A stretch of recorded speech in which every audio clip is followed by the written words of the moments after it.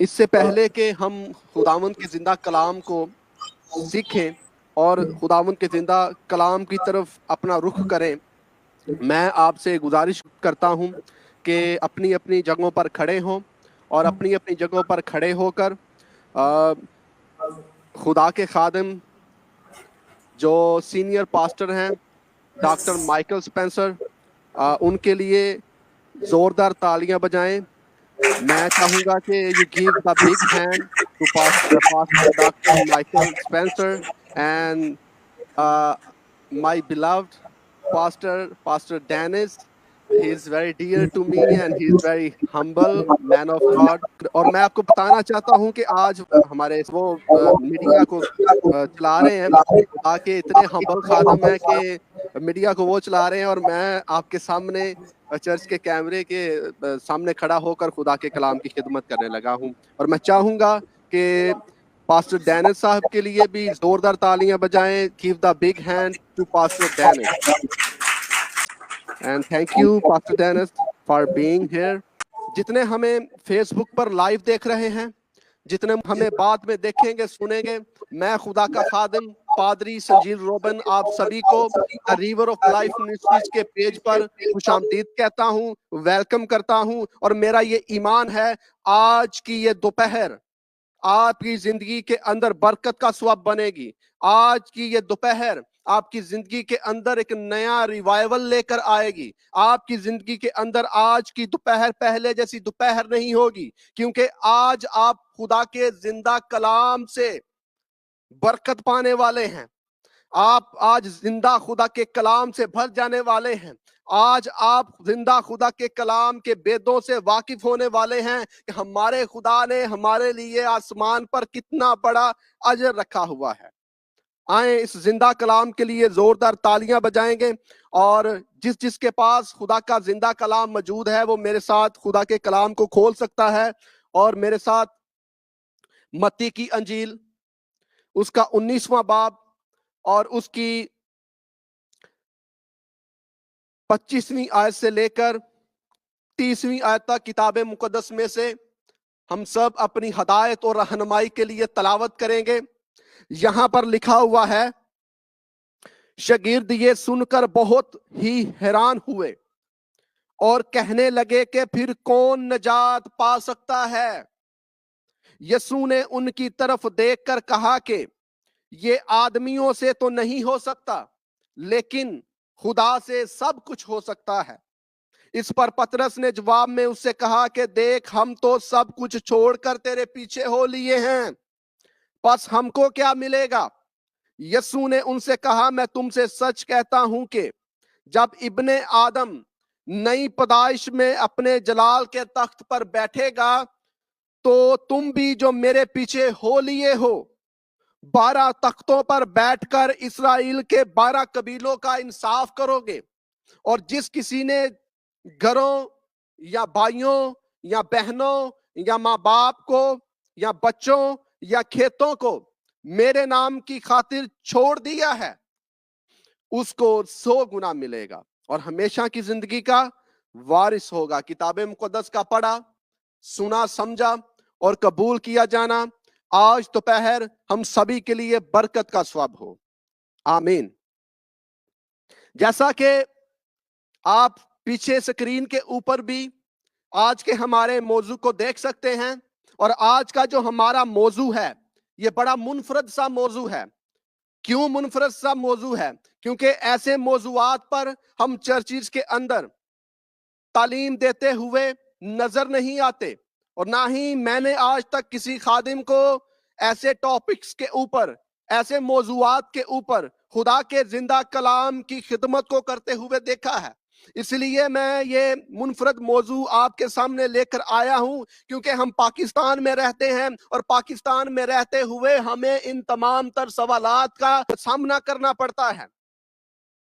کیوں؟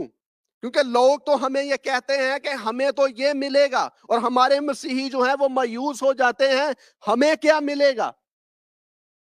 اور آج کا جو ہمارا موضوع ہے وہ یہ ہے کہ اہل اسلام کو تو جب وہ جنت میں جائیں گے